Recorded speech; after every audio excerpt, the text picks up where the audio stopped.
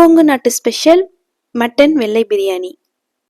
மசாலாவோட வாசனை இல்லாமல் அசல் மட்டனின் ருசியை ருசிக்க கலர் வெள்ளையாக இருந்தாலும் சுவை அலாதியானது. ஒரு முறை செஞ்சு சாப்பிட்டு பார்த்தீங்கன்னா திரும்ப திரும்ப சாப்பிட தோணும். கொங்கு நாட்டு ஸ்பெஷல் வெள்ளை மட்டன் பிரியாணி எப்படி பண்ணுறதுன்னு பார்க்கலாமா? ஒரு தடவை செஞ்சு சாப்பிட்டீங்கன்னா திரும்ப திரும்ப சாப்பிட தோணும்.